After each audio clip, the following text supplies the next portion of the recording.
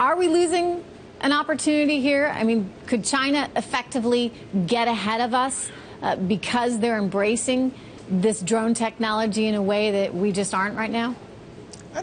I don't think we have enough information yet to reach that conclusion. It's possible that Alibaba will face a more favorable regulatory environment in China. I know Amazon has complained about that. Recently said in a regulatory filing that one of the problems with the FAA's reluctance to allow this kind of drone delivery is that they'll have to start experimenting elsewhere. I think the big takeaway from these experiments that Alibaba is conducting, 3 days, 3 Chinese cities, they're delivering tea. It's like our previous conversation about Uber and self-driving cars. This was a fantastic vision that suddenly seems a lot more realistic than it did just 2 years ago when Amazon first started talking about it. You know, we've got so many regulatory hurdles here in the U.S. when it comes to drones. People don't like the idea of stuff flying around in the sky that you're not fully confident in.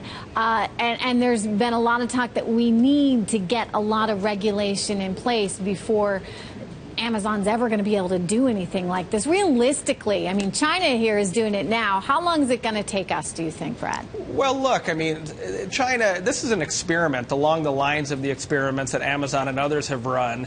I know that there are regulatory barriers in China. There have been companies who have been shut down trying to make drone deliveries.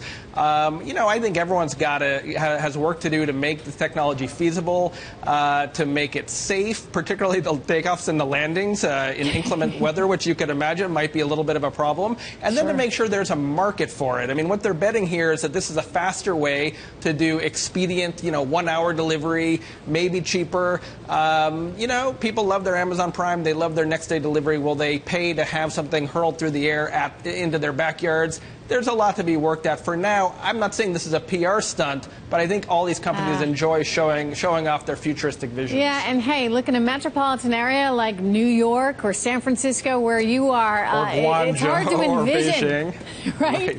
All of these little drones through the atmosphere. Especially not crashing into each other. Anyway, it's exciting to talk about it, an exciting space.